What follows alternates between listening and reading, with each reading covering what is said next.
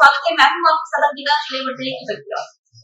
मध्य प्रदेश विधानसभा में आज प्रदेश का बजट पेश होना है, तो वहीं कांग्रेस लगातार विधानसभा में विरोध कर रही है। बजट सत्र के दिन भी कांग्रेस द्वारा हाथों में गुल्लक और तख्तियां लेकर गांधी प्रतिमा के पास एकत्रित हुए और सरकार के बजट के विरोध प्रदर्शन किया। विरोध प्रदर्शन करते हुए कांग्रेस विधायकों ने कहा कि सरकार की गुल्लक खाली है। नेता प्रतिपक्ष उमंग सिंघार ने सरकार पर आरोप लगाते हुए कहा कि इतने समय में तो बच्चे भी खाली गुल्लक को भर लेते हैं, लेकिन प्रदेश सरकार की गुल्लक खाली है। प्रदेश सरकार का खजाना पूरी तरीके से खाली है और प्रदेश सरकार लगातार कर्ज ले रही है। प्रदेश में 5,000 करोड़ का कर्ज है, लेकिन सरकार उसके बाद भी मंत्री विधायकों के इस आराम के ऊपर खर्च कर रही है। ये गुल्लक नहीं है, सरकार की तिजोरी है जो खाली है। घर में बच्चे भी साल भर में पैसे इकट्ठे करके गुल्लक भर लेते, लेकिन प्रदेश की सरकार ने जनता से पैसा लेके खजाना खाली कर दिया। ये तिजोरी खाली है। 5 लाख करोड़ का कर्ज है। जनता किस्त भर रही, वो सरकार कर्ज ले रही है। हमारा कहना है कि सरकार खेती के आत्मनिर्भर बने, हम प्रदेश को बना रहे। युवा बेरोजगार है, किसानों को न्याय नहीं मिल पा रहा, किसानों को खाद नहीं मिलती, यहाँ पे उद्योग आना नहीं चाहते, उद्योगी काम नहीं करना चाहते, तो सरकार कैसे आत्मनिर्भर बनेगी?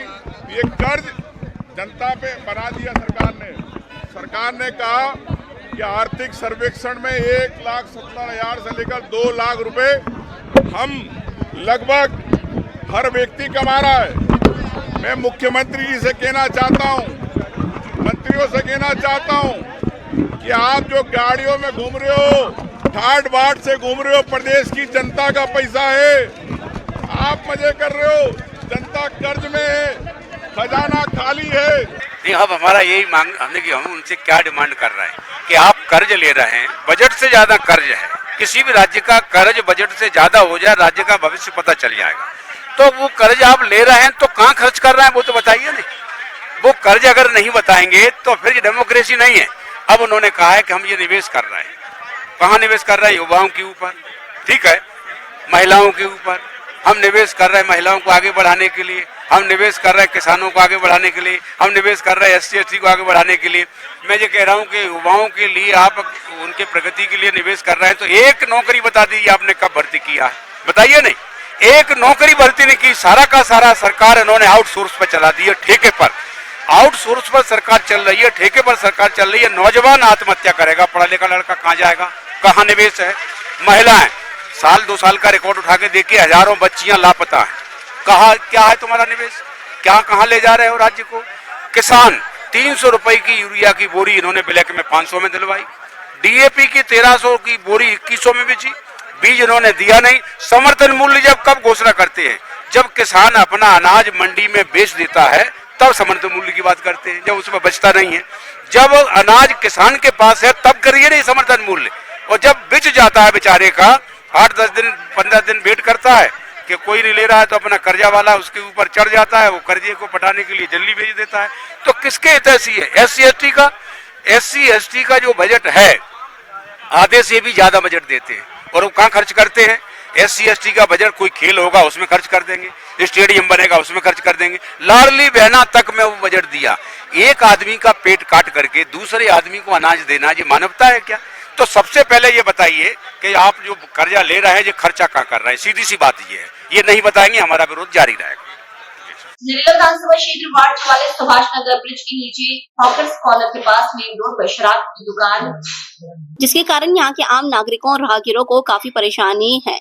इस संबंध में पूर्व में कई बार शराब की दुकान हटाने को लेकर शिकायत भी की जा चुकी है, मगर कोई कार्रवाई नहीं हुई है।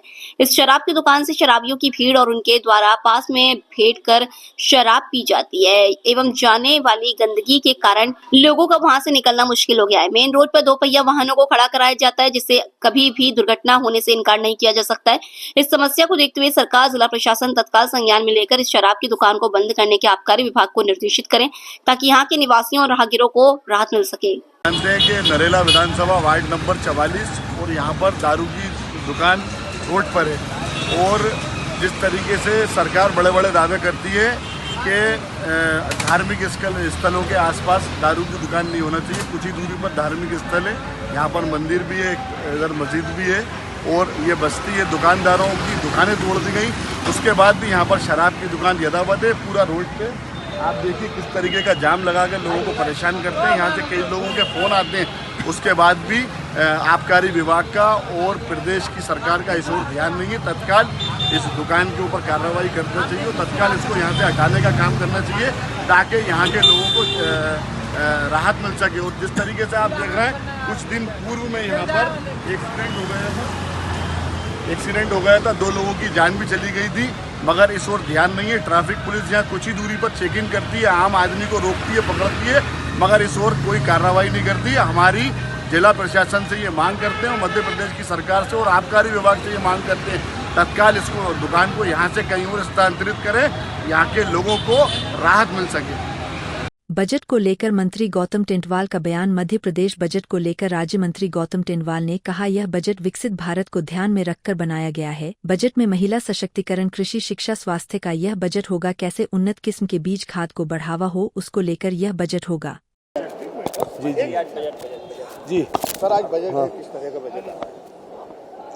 मध्य प्रदेश सरकार विकसित भारत की के संकल्पना को साथ में लेकर के काम कर रही है। अमृत भारत संकल्पना लेकर के काम कर रही है और ये प्रदेश का जो बजट होगा, ये बजट में 11% से अधिक जीडीपी का विकास का बजट होगा और किसान की, मजदूर की, युवा की आर्थिक स्थिति कैसे सुधर हो उसका बजट होगा और महिला सशक्तिकरण का बजट होगा। गृहिणी का आत्मनिर्भर गृहिणी बने उसके हित में बजट होगा। कृषि को की उन्नत कृषि कैसे की जाए, उत्पादन क्षमता कैसे बढ़े उसका बजट होगा। कृषि में नई प्रयोगशालाओं के साथ में नई खाद और नए बीजों का उन्नत का बजट होगा। इस प्रकार शिक्षा, स्वास्थ्य को लेकर भी यह बजट विकसित बजट होगा। विद्यार्थियों के हित का बजट होगा। धन्यवाद।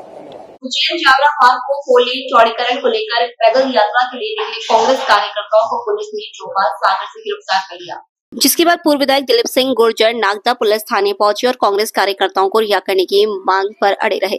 गिरफ्तार कांग्रेस कार्यकर्ताओं में राधे जायसवाल, विराम गुर्जर, राधा मालवीय, भीमराज मालवीय, राधे श्याम चंद्रवंशी, मांगू गुर्जर, देवीलाल चंद्रवंशी आदि शामिल है। बता दें, नागदा से उज्जैन के लिए 21 से अधिक कार्यकर्ता पैदल यात्रा में शामिल थे, जिन्हें नागदा के चौपाल सागर के समीप गिरफ्तार कर लिया था। जिसके बाद कांग्रेस पूर्व विधायक दिलीप सिंह गुर्जर और उनके समर्थक थाने पहुंचे, जहां वे थाने के सामने अपने समर्थकों के साथ बैठ गए। उनका कहना था, जब कांग्रेस कार्यकर्ता शांति से उज्जैन जावरा सड़क मार्ग को लेकर उज्जैन कलेक्टर को ज्ञापन देने जा रहे थे, तो पुलिस प्रशासन ने बीजेपी के दबाव में आकर जबरन गिरफ्तार किया, जो सही नहीं है। और हम प्रशासन से मांग करते हैं, उज्जैन जावरा स्टेट हाईवे 17 को जल्द से जल्द चौड़ा किया जाना चाहिए और हम प्रशासन को 1 हफ्ते का समय देते हैं। अगर इस समस्या का हल नहीं निकला तो हम नागदा बंद करवाएंगे और कांग्रेस का कार्यकर्ता अपनी अंतिम सांस तक ये लड़ाई लड़ता रहेगा।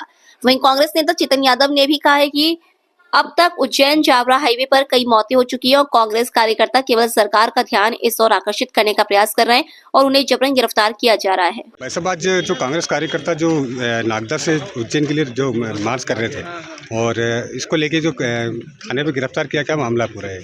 निश्चित रूप से आज हमारे यूथ कांग्रेस के नागदा जावरा 4 लेन मांग को लेकर मुख्यमंत्री को ज्ञापन देने निकले थे। उनको पुलिस द्वारा गिरफ्तार करना इस बात का धोखा है कि भारतीय जनता पार्टी नहीं चाहते कि नागदा खाचोर ये आपका उज्जैन जावरा रोड 4 लेन बने। तो निश्चित रूप से इस बात की हम निंदा करते हैं। निश्चित रूप से इस रोड का जो करीब 2000 से अधिक दुर्घटना हो चुकी है, 2000 से अधिक लोग घायल हो चुके हैं और 600 से अधिक लोगों की इस दुर्घटना में मृत्यु हो चुकी है और ये सिलसिला लगातार बढ़ता जा रहा है। आने वाले सीएस को देखते हुए भी इस रोड का 4 लेन किए जाने की आवश्यकता थी, परंतु इस रोड के साथ भेदभाव किया जा रहा है। ये जिले की सभी रोडों को कर लिया गया, परंतु इसको ने इस रोड के लिए 4 भारतीय जनता पार्टी के विधायक के कार्यकाल क्षेत्र में और 2 सांसदों के क्षेत्र में यह रोड आती है। इसके बाद भी उनके क्षेत्र की मतदाताओं की लगातार डेथ हो रही। हमारे जो डिप्टी सीएम है और वित्त मंत्री है जगदीश देवड़ा जी, रोज इस क्षेत्र में उनके क्षेत्र के लोगों के भी एक्सीडेंट हुआ है। तो निश्चित रूप से उनको वो भी संज्ञान इनको नहीं ले रहे हैं। हम जब तक हमारे लोगों की ये मांगे कि इसको खोलन किया जाए, आज हमारे कार्यकर्ताओं की गिरफ्तारी है, उसकी गिरफ्तारी का हम विरोध करते हैं और उनको रिहा करने की मांग करते हैं।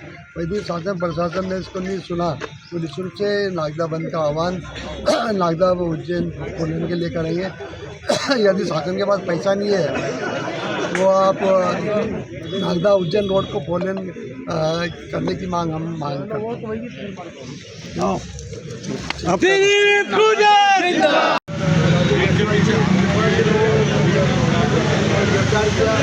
गिरफ्तारी के बाद राजापाली ने मोर्चा समाजते हुए हमारा यात्रा प्रारंभ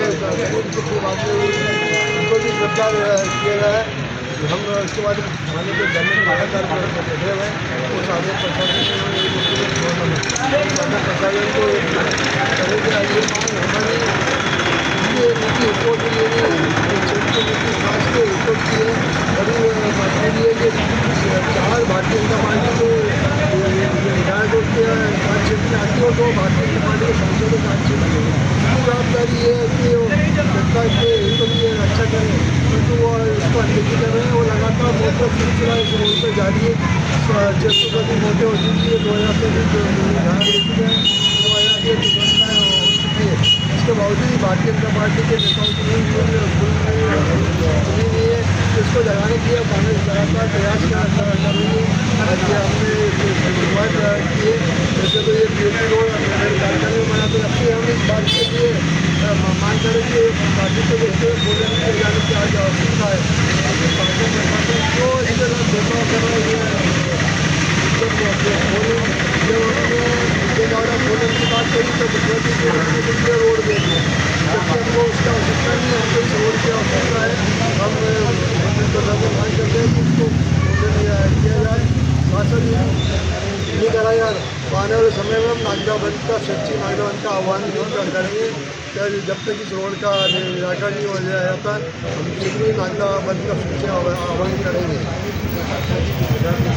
चेतन भैया, जिस प्रकार से आज कांग्रेस कार्यकर्ताओं को गिरफ्तार किया गया है, जो उज्जैन जावरा की मांग कर रहे थे, रोड लाइन की जो 4 लाइन की मांग कर रहे थे, उसका क्या गया, कहाँ तक सही मानते हैं उसको आप? देखिए, मौत का तांडव हो गया संजय भाई। है करीब अभी तक 600 मौतें हो चुकी है और 2000 से 2500 लोग गंभीर रूप से घायल हो चुके हैं। इस रोड का नाम हमें मौत का रोड कर देना चाहिए।